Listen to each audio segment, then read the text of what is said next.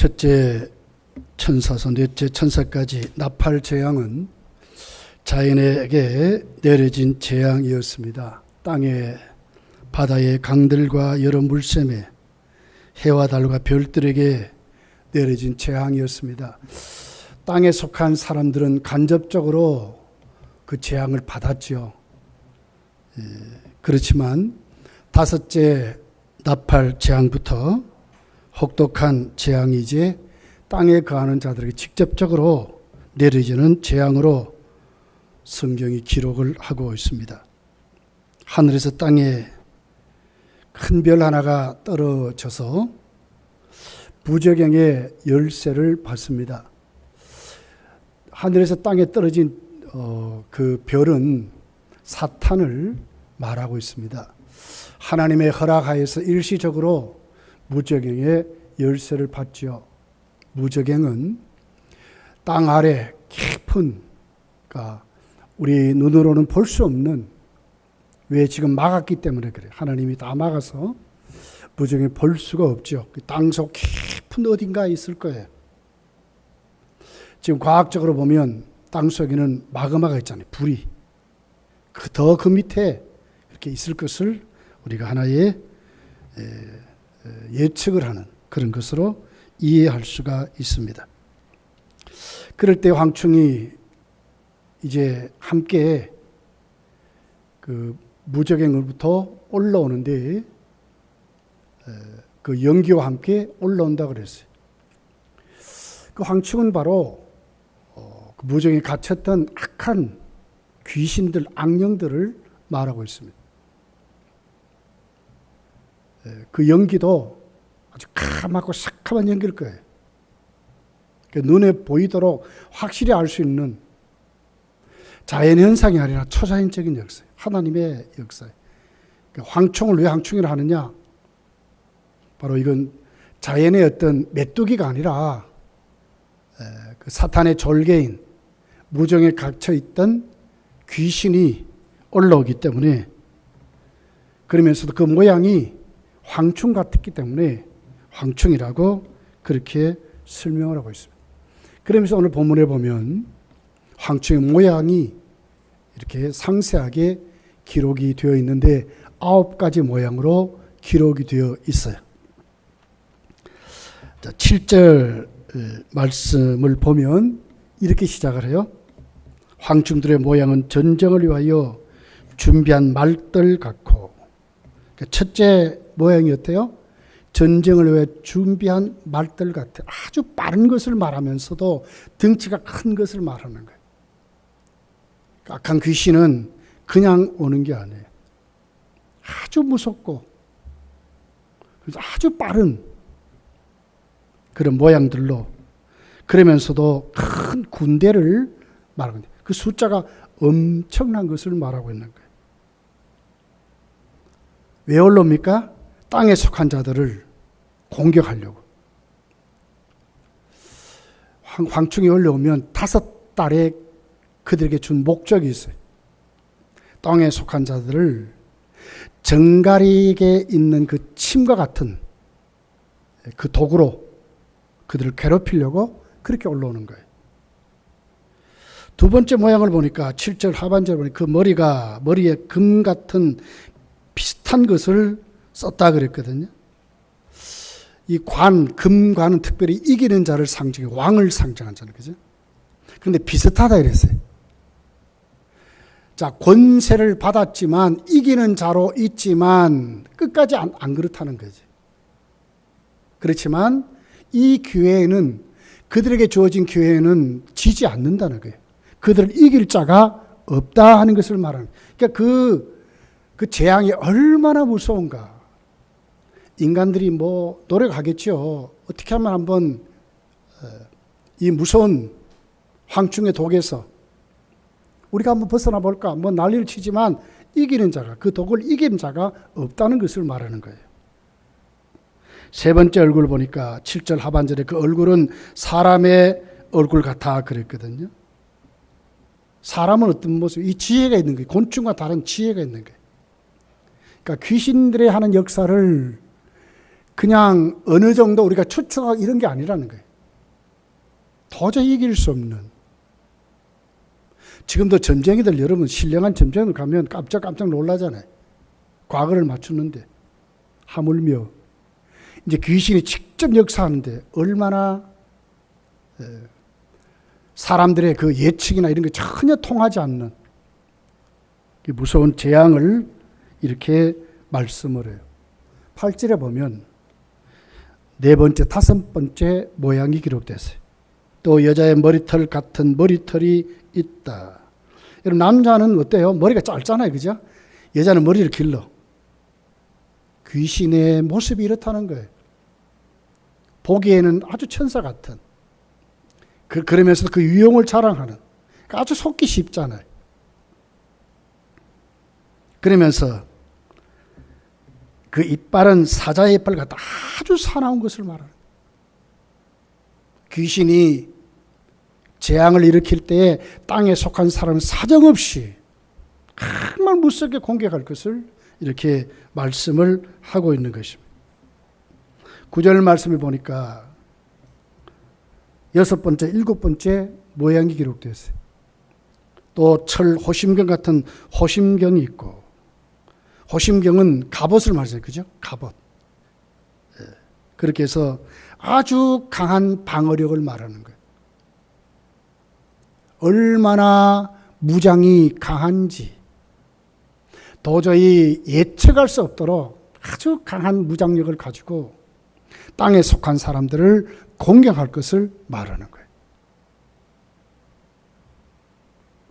일곱 번째 보니까 그 날개의 소리는 병거와 많은 말들이 전쟁터로 달려 들어가는 소리 같으며 그랬거든요. 그러니까 전쟁터로 여러분 군인들이 전쟁할 때 어떻게 소리 막 왁 부르면서 공격 앞으로 하면 뭐 그냥 막 사력을 다해서 생명 걸고 막 하잖아요. 이렇다는 거예요. 그러니까 이 귀신의 역사에 땅에 속한 사람들이 어떻게 견디겠습니까? 그러면서도 이 공격에 안 죽는다 그러거든요.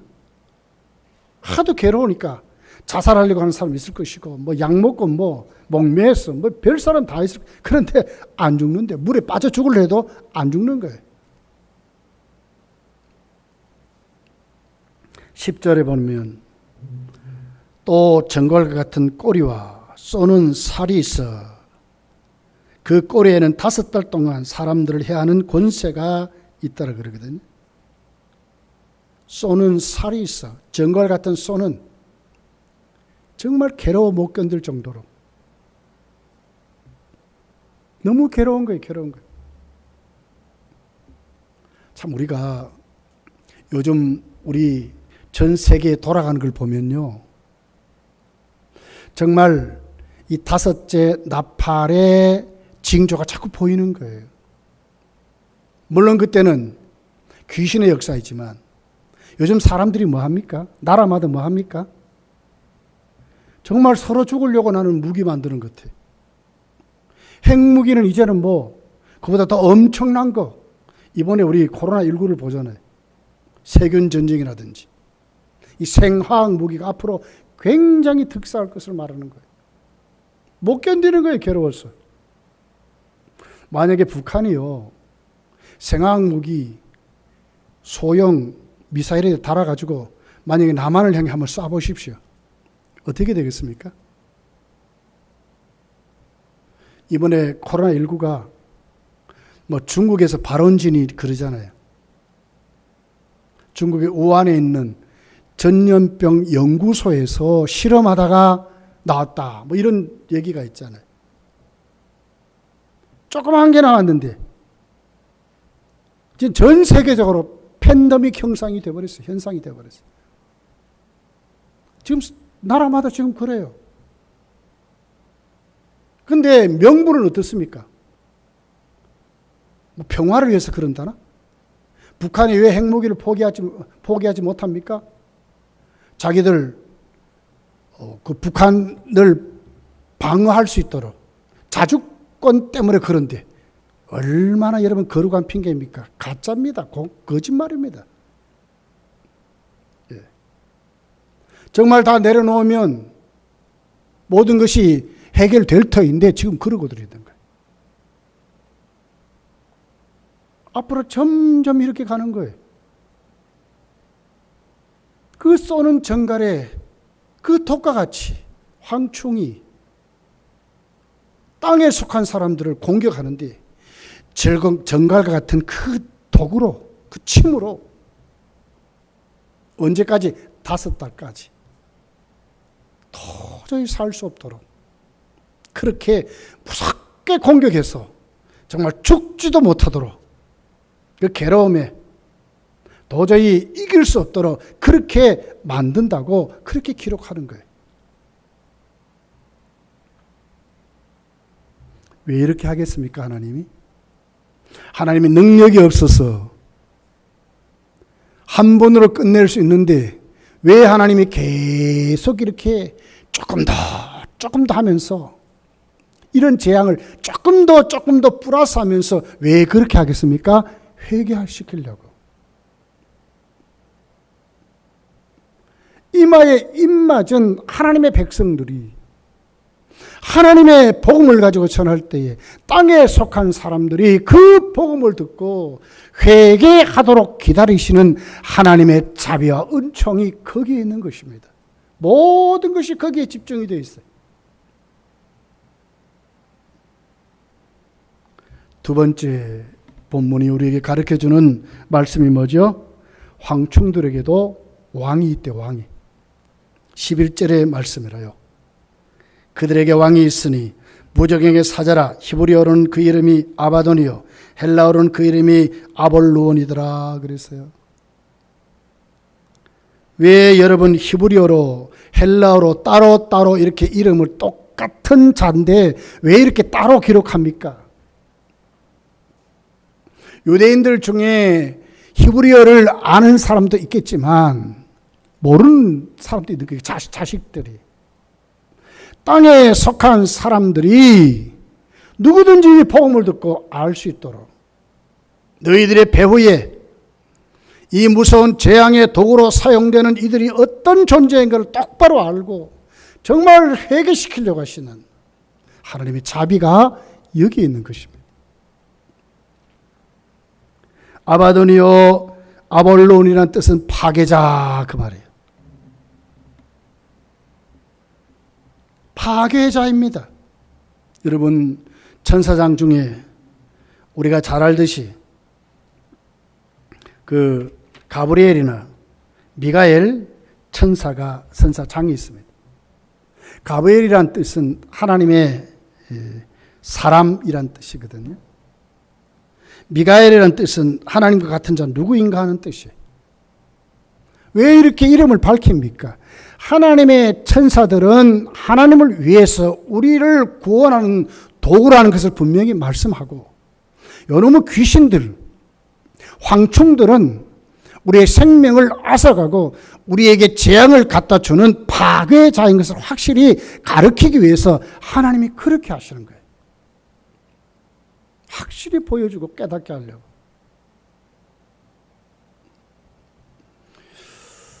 개미에게도요 왕이 있어요. 개미. 벌도 여왕벌 뭐 있잖아요. 그죠? 근데 황충은 왕이 없습니다. 원래.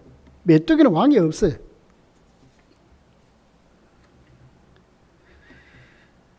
특별히 우리가 잠언서 30장 27절에 보면 이렇게 기록해요.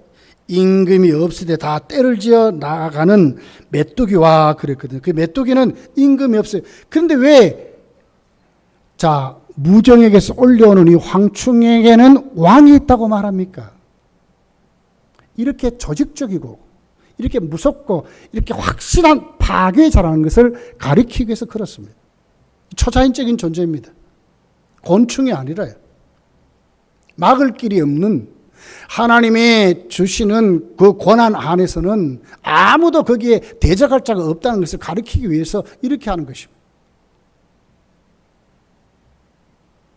그 이름이 뭡니까? 무적행의 사자래요. 사자 왕이라죠. 이건 사탄이 아닙니다. 무적행에는 어떻게 활동을 못 하잖아요. 근데 무적에서 올라오는 왕이 있어요. 그 중에서도 우두머리가 있다는 거예요. 그냥 막 움직이는 게 아니라는 거예요. 우두머리를 통해서 조직적으로 그렇게 한다는 것을 우리에게 가르쳐주는 말씀이라. 분명히 이 사탄과 이 무정에서 올라온 이 귀신들은 분명히 마지막에 영원한 불못에 떨어질 거예요. 요한계시록 20장에 보면 천년 왕국이 있습니다. 그럴 때 어떻게 됩니까?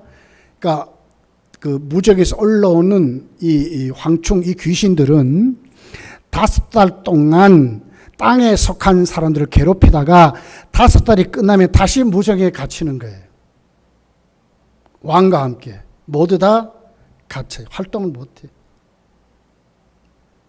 그러다가 천년왕국이 딱 끝나면 다시 잠깐 풀러나와요. 하나님의 군대와 싸우지.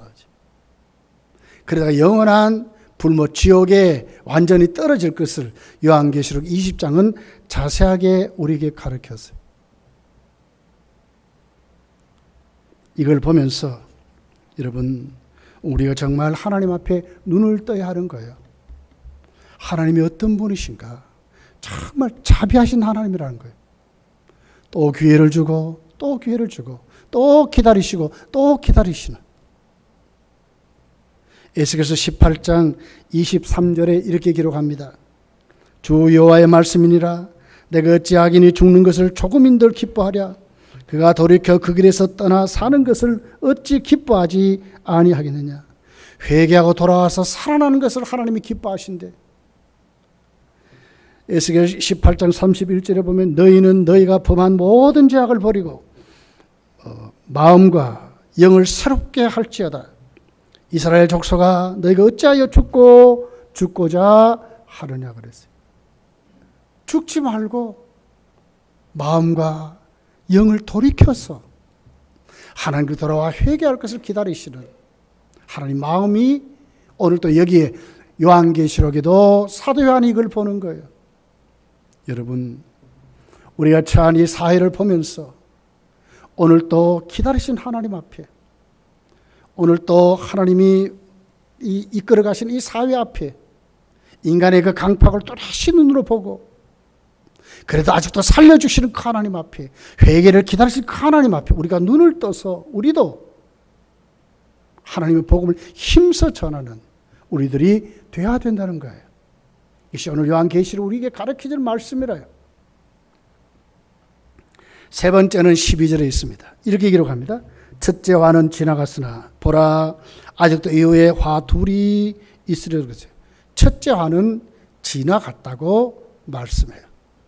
다시 말하면 다섯째 나팔이 불려서 황충이 일어나가지고 나와가지고 하는 그 모든 재앙은 첫째 화로 기록하는 거예요. 그래서 이것은 이제 첫째 화가 다섯째 나팔이 불려서 끝나는 것이 첫째 화가 지나갔다고 말하고 13절부터 보면 이제 어떻게 나옵니까? 두째 화가 시작되는 것을 말해요. 여섯째 나팔이 불려지는 것이 그것으로 이제 두째 화가 다시 시작될 것을 말해요. 요한계시록 11장 14절에 가서 보면 이제 그 여섯째 나팔이 끝나는 지점으로 두째 화도 끝나는 것으로 그렇게 말씀을 하고 셋째 화가 속히 온다 그래요. 그럼 셋째 화가 언제입니까? 마지막 일곱째 나팔이 불릴 때에 일곱 대접 재앙이 시작되는 것이 셋째 화입니다. 그리고 셋째 화가 다 그 일곱 대접 재앙이 다 끝나는 것이 셋째 화가 끝나는 거예요. 그 계시록 18장부터 이제 마지막 심판이 시작이 되는 거예요.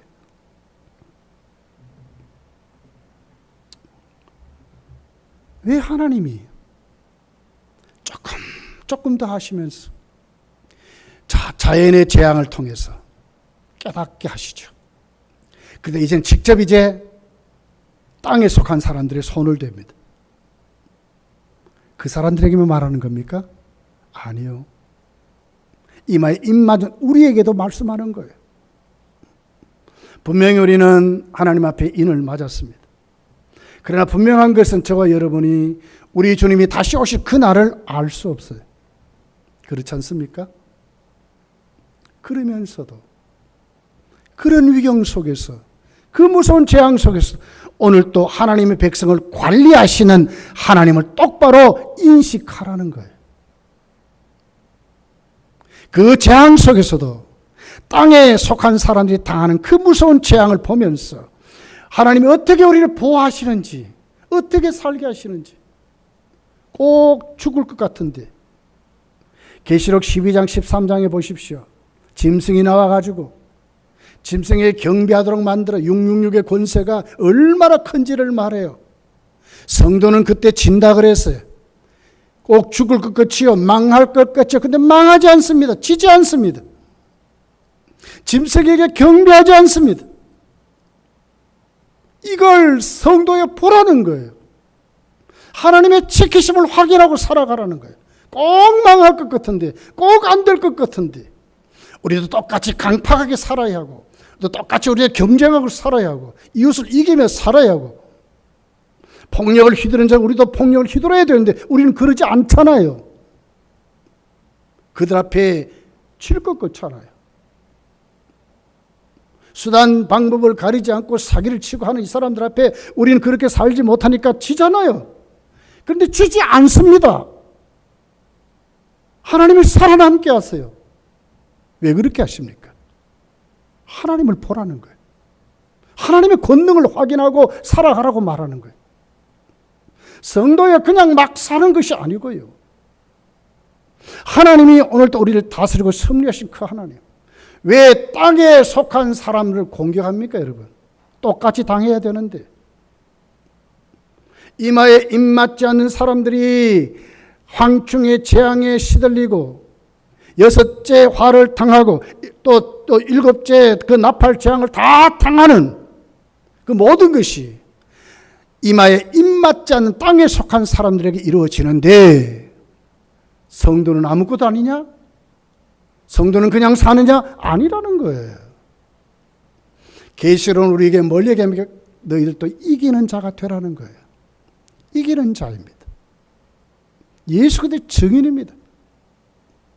핍박을 또 우리 속에 오는 수많은 순교 같은 어려운 것이 온다 할지라도 그 속에서도 이 복음을 안고 살아가는, 구원은 어린 양께만 있다고 찬양하면서 외치며 살아가는 이런 사람을 우리가 살아가라고 오늘 요한계시록 우리에게 말씀하는 거예요.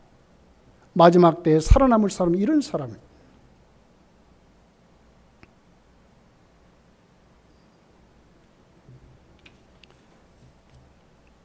참 어리석잖아요. 예. 지 죽을지도 모르고 온 세상은 무기 경쟁하는 것 같아. 중국이 지금 미국 간 붙어보려고 난리치지 않습니까? 신무기 경쟁이라요.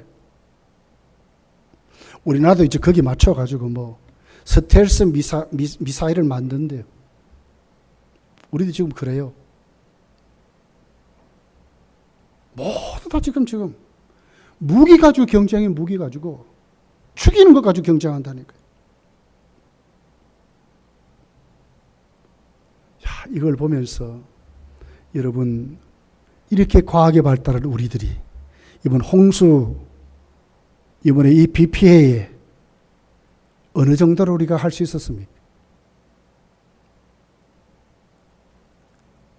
어저께 동로가 막혔습니다. 우리가 할 수 있는 그거밖에 없어요. 동로가 막혔으니 오지 마라. 이게 우리들의 모습이에요. 계속 비가 왔으면 진짜 큰일 날 뻔했어요. 그래도 대구가 오늘 비가 그쳤어. 어저께요. 저 어디입니까? 저기 유도단지 그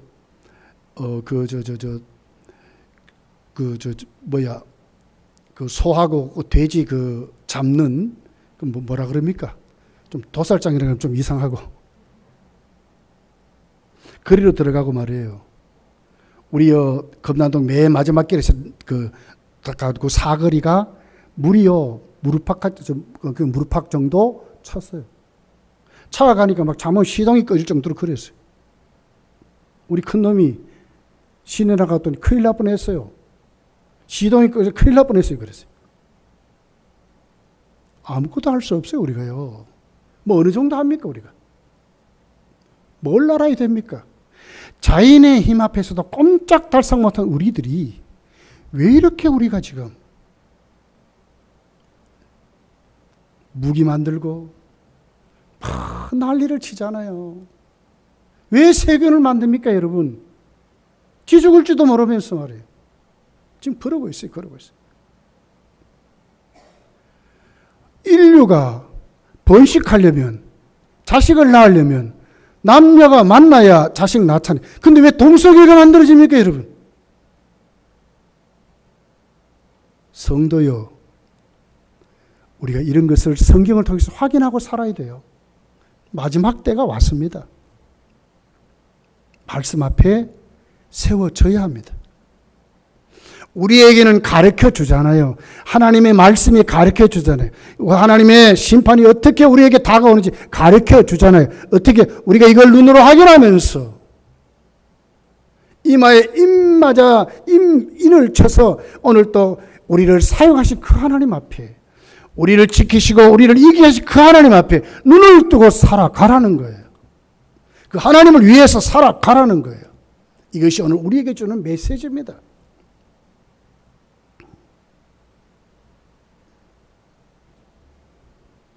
빌리 그레이엄 목사님이요, 카터 대통령, 부시 대통령 시절에 백악관의 초청을 받아가지고 말씀을 전하게 됐어요. 강하게 전했어요. 대통령이여 정신을 차리시오. 지금 하나님의 심판이 어디까지 왔는 줄 압니까? 마지막 12시 55분까지 왔습니다. 5분만 있으면 이 지구촌은 멸망할 것입니다. 거기에 대한 증거를 상세히 낱낱이 이렇게 말씀을 전했어요. 그럴 때 어떻게 됐어요? 부시 대통령이 정신을 차렸어요. 그래서 철저히 보수주의자가 된 거예요. 교회를 앞장세워서 그렇게 한 거예요. 우리가 이 마지막 때에 여러분, 저와 여러분이 정말 말씀 앞에 눈을 떠야 될 줄 믿습니다. 오늘 또 말씀으로 경고하시고 그러면서도 우리를 지키시는 그 하나님 앞에 여러분, 사도 요한같이 하늘 세계를 바라보고 그가 내려와서 상세하게 그 사실을 기록한 그 사도 요한같이 우리도 확실히 믿고 확실히 듣고 확실히 가지고 한 주간도 여러분 주의 증인들로 확실히 살아가시기를 예수님 축복합니다. 기도하겠습니다.